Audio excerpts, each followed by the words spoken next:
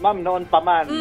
Pero yun nga, until such time that I'm able to receive an official copy ng dactyloscopy, ayun, fingerprint examination, dactyloscopy, na results niyang NBI.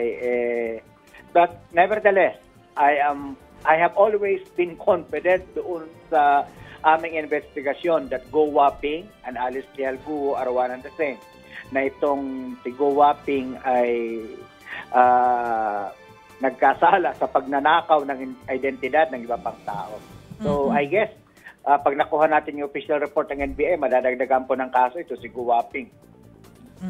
So paano po ito makakaapekto doon sa ginagawa po ninyong investigation, sir?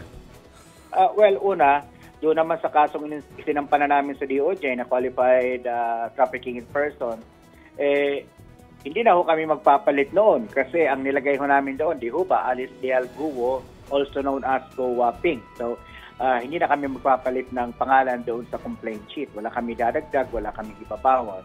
As to anong implication nito, una, mas lalo mapapalakas nito yung aming ebidensya na talagang this person is very deceitful, fraudulent, di ba? So, ilang mga elemento ng iba pang mga krimen yan. So, mas napalakas niya ang kaso namin dahil dito sa ebidensya na kuha natin ngayon sa NBI. Assuming na tama yung mga news report. Kanina po na-mention nyo na pwedeng madagdagan ng kaso. Ano pa pong mga kasong pwedeng idagdag? What's next po? Naasahan po natin. Ma'am, kung totoo nga yan na si Go Waping at saka si Alice Leal Guo, the Bamban Mayor, ay isang personahe lamang, she can be charged for identity theft. Malaki-laking problema din ho yun. So, di ho ba? So, tandaan natin na siya ay naka-alerto na po. So, mahirapan po siyang lumabas ng Pilipinas ngayon. At saka wala akong tatanggap sa kanyang bayan ngayon. Tandaan natin, ang China, wala po silang dual citizenship.